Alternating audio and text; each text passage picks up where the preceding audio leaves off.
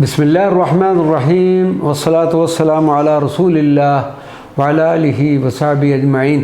معزز ناظرین و سامعین کرام، السلام علیکم ورحمۃ اللہ وبرکاتہ۔ یہ مقام غور و فکر ہے اور ہمارے لیے لمحہ فکریہ۔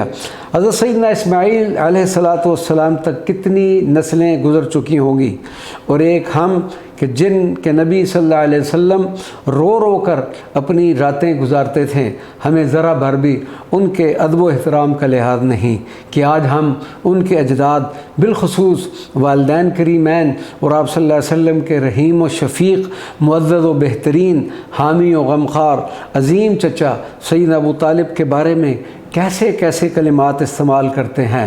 یارو، کسی بات کا سمجھ نہ آنا اور بات ہے، اور کسی بات کا انکار کرنا اور بات ہے۔ خدا را میرے ان کلمات پر غور و فکر ضرور کرنا۔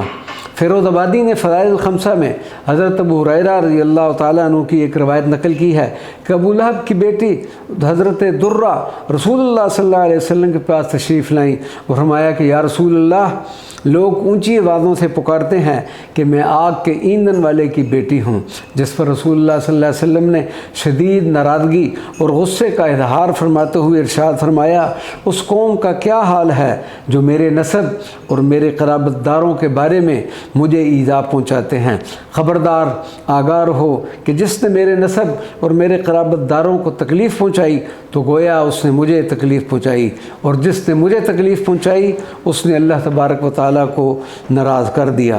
بغض سیدنا ابو طالب کا انجام۔ حضرت علامہ قاضی احمد بن زینی دہلان مکی رحمۃ اللہ علیہ سیدنا ابو طالب پر اپنی مشہور زمانہ کتاب اسن المطالب فی نجات ابو طالب میں تحریر فرماتے ہیں کہ پس جو شخص سیدنا ابو طالب سے بغض رکھتا ہے اور ان کے بارے میں نازیبا کلمات استعمال کرتا ہے، وہ رسول اللہ صلی اللہ علیہ وسلم کو ایذا پہنچاتا ہے، اور جناب ابو طالب کی اولاد کو بھی ایذا دیتا ہے جو ہر زمانہ میں موجود ہوتی ہے۔ ارشاد نبوی ہے، لا تؤذوا الاحیاء بسبب الاموات، کہ فوت شدگان کو برائی سے یاد کر کے زندوں کو اذیت مت دو۔ بغض ابو طالب ایذائے رسول کا باعث بنتا ہے، اور رسول اللہ صلی اللہ علیہ وسلم کو ایذا دینا کفر ہے، اور اس فعل کا مرتکب اگر توبہ نہ کرے تو واجب القتل ہوتا ہے۔ وما علینا الا البلاغ المبین۔